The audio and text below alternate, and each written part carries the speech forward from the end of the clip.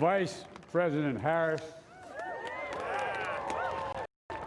Speaker Pelosi, Leader Schumer, Leader McConnell, Vice President Pence, and my distinguished guests, my fellow Americans. This is America's day. This is democracy's day, a day of history and hope, of renewal and resolve. Through a crucible for the ages, America has been tested anew, and America has risen to the challenge. Today, we celebrate the triumph not of a candidate, but of a cause, the cause of democracy. The people, the will of the people has been heard, and the will of the people has been heeded. We've learned again that democracy is precious, democracy is fragile, and at this hour, my friends, democracy has prevailed.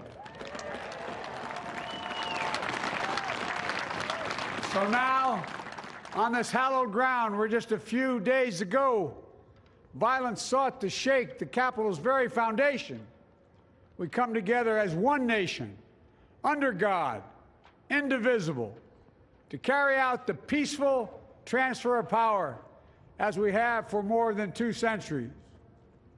As we look ahead in our uniquely American way, restless, bold, optimistic, and set our sights on the nation we know we can be and we must be. I thank my predecessors of both parties for their presence here today. I thank them from the bottom of my heart. And I know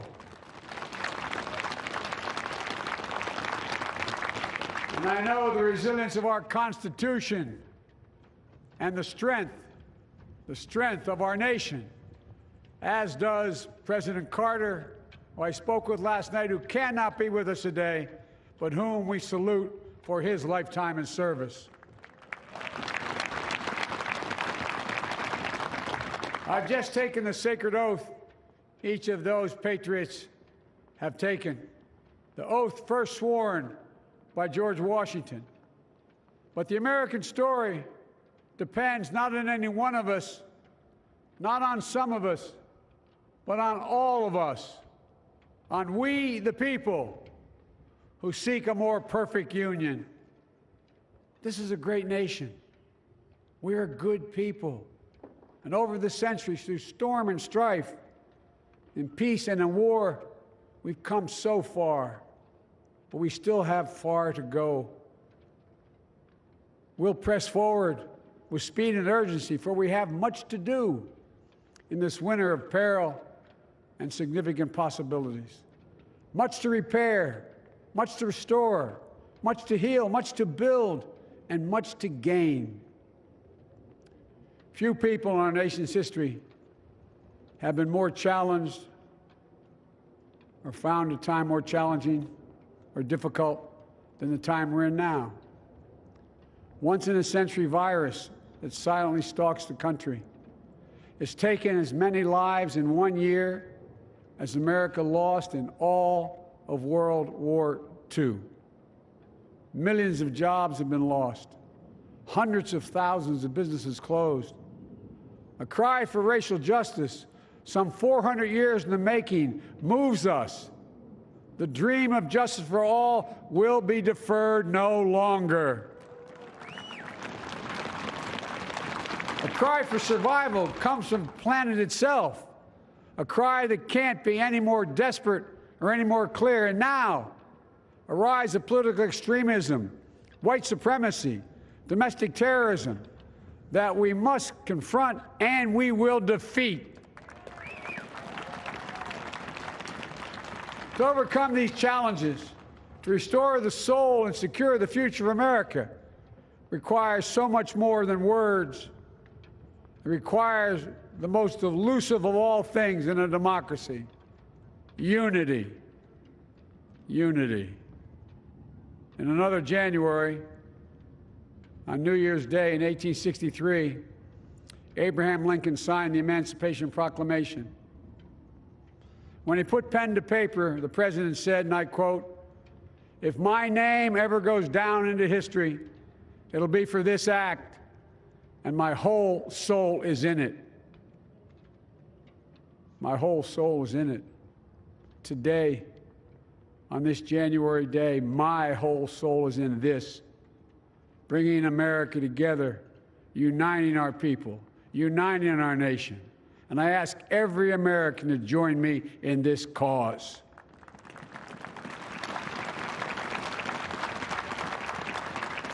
Uniting to fight the foes we face: anger, resentment and hatred, extremism, lawlessness, violence, disease, joblessness, and hopelessness.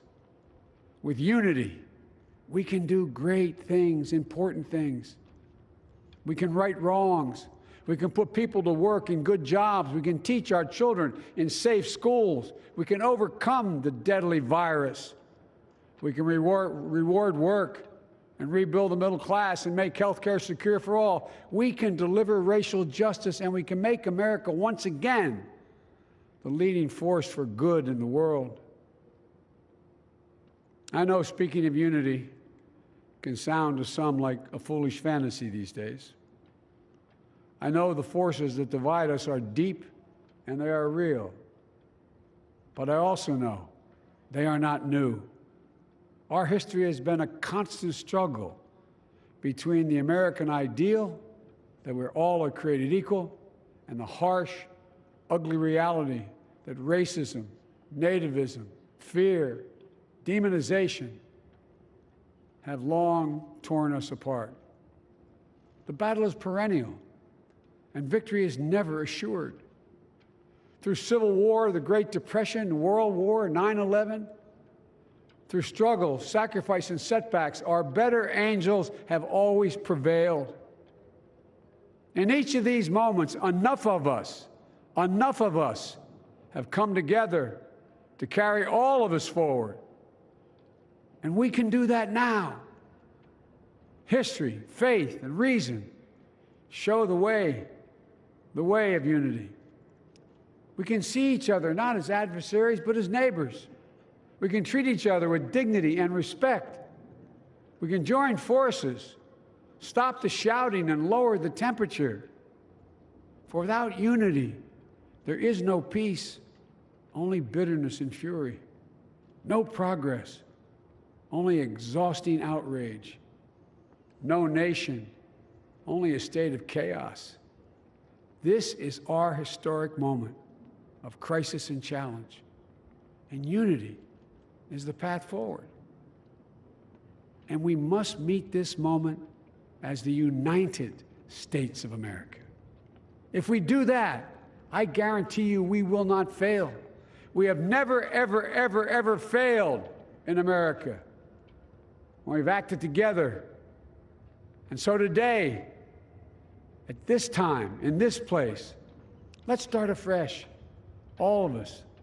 Let's begin to listen to one another again, hear one another, see one another, show respect to one another. Politics doesn't have to be a raging fire, destroying everything in its path. Every disagreement doesn't have to be a cause for total war. And we must reject the culture in which facts themselves are manipulated and even manufactured.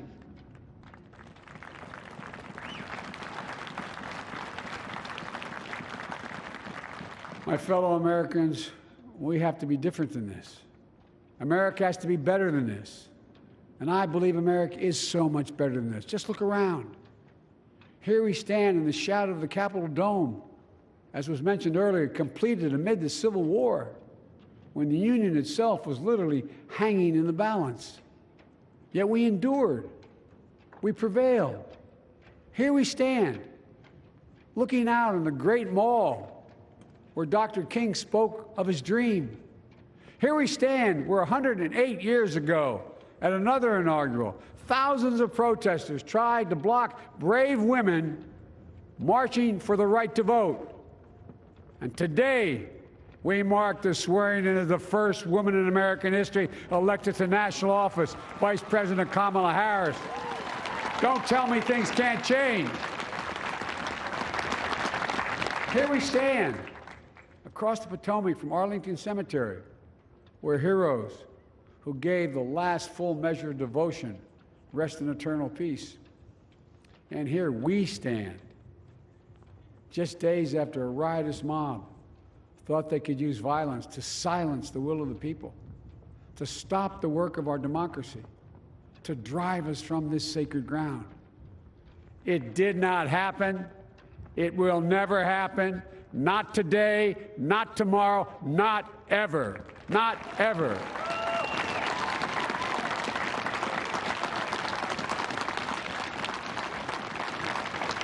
To all those who supported our campaign, I'm humbled by the faith you've placed in us. To all those who did not support us, let me say this. Hear me out as we move forward. Take a measure of me and my heart. And if you still disagree, so be it. That's democracy. That's America. The right to dissent peaceably within the guardrails of our republic is perhaps this nation's greatest strength. Yet hear me clearly. Disagreement must not lead to disunion. And I pledge this to you. I will be a president for all Americans. All Americans. And I promise you, I will fight as hard for those who did not support me as for those who did.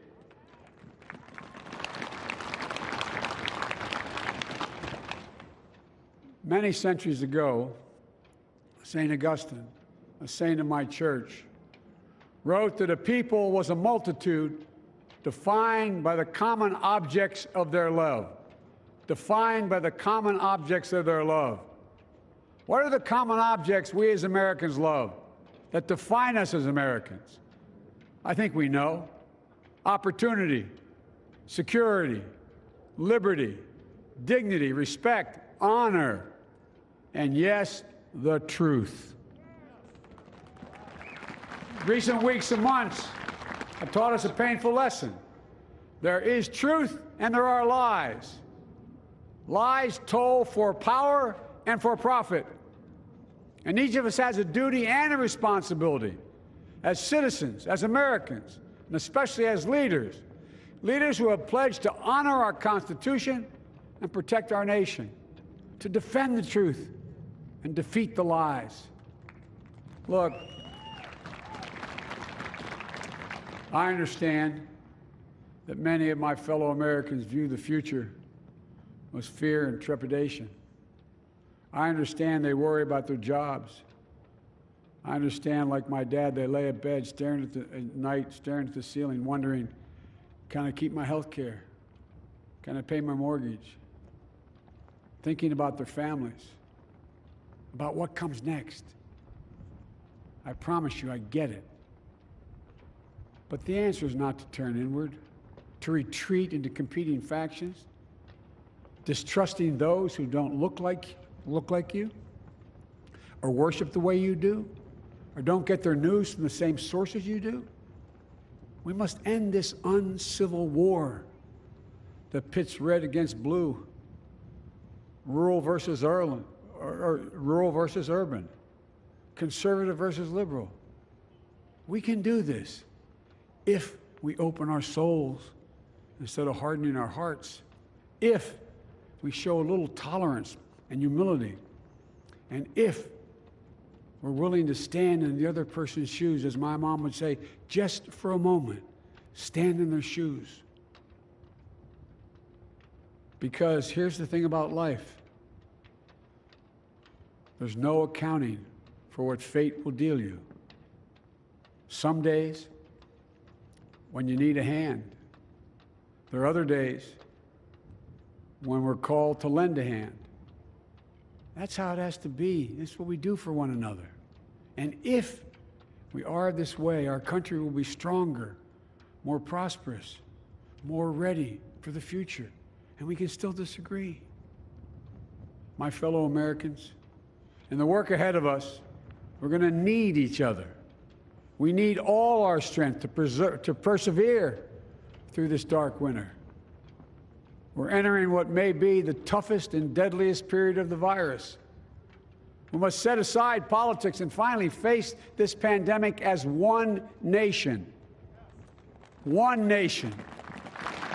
And I promise you this, as the Bible says, weeping may endure for a night, but joy cometh in the morning. We will get through this together. Together. Look, folks, all my colleagues I serve with in the House and the Senate up here, we all understand the world is watching all of us today. So here's my message to those beyond our borders. America has been tested, and we've come out stronger for it. We will repair our alliances and engage with the world once again, not to meet yesterday's challenges, but today's and tomorrow's challenges. And we'll lead not merely by the example of our power, but by the power of our example.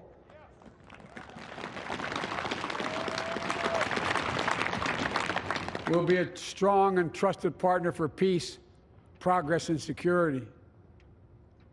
Look, you all know we've been through so much in this nation. And in my first act as president, I'd like to ask you to join me in a moment of silent prayer. Remember all those who we lost in this past year to the pandemic, those 400,000 fellow Americans, moms, dads, husbands, wives, sons, daughters, friends, neighbors, and coworkers. We'll honor them by becoming the people and the nation we know we can and should be. So I ask you, let's say a silent prayer for those who've lost their lives and those left behind, and for our country.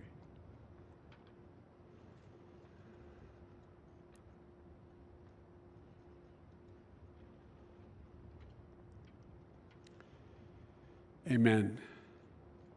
Folks, this is a time of testing.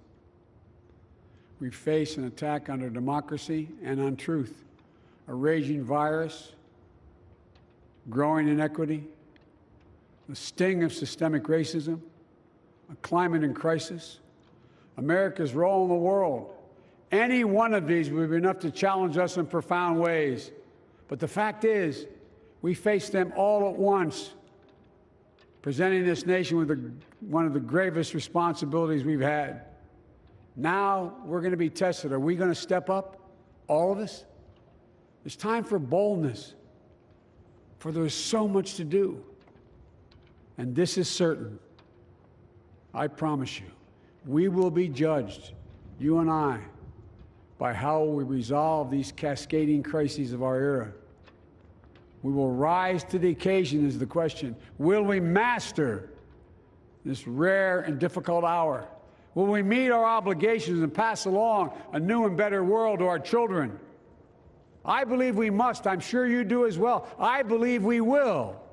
And when we do, we'll write the next great chapter in the history of the United States of America, the American story. A story that might sound something like a song that means a lot to me. It's called American Anthem. There's one verse that stands out, at least for me, and it goes like this. The work and prayers of century have brought us to this day. What shall be our legacy? What will our children say? Let me know in my heart when my days are through. America, America, I gave my best to you. Let's us add our own work and prayers to the unfolding story of our great nation. If we do this, then when our days are through, our children and our children's children will say of us, they gave their best, they did their duty, they healed a broken land. My fellow Americans, I close the day where I began, with the sacred oath. Before God and all of you, I give you my word. I will always level with you. I will defend the Constitution. I'll defend our democracy. I'll defend America. And I'll give all of you, keep everything I do in your service, thinking not of power, but of possibilities, not of personal interest, but the public good. And together, we shall write an American story of hope, not fear, of unity, not division, of light, not darkness, a story of decency and dignity, love and healing, greatness and goodness. May this be the story that guides us, the story that inspires us, and the story that tells ages yet to come that we answered the call of history. We met the moment. Democracy and hope, truth and justice did not die on our watch, but thrived. That America secured liberty at home and stood once again as a beacon to the world. That is what we owe our forebears, one another, and generation to follow. So, with purpose and resolve, we turn to those tasks of our time, sustained by faith, driven by conviction, and devoted to one another and the country we love with all our hearts. May God bless America, and may God protect our troops. Thank you, America.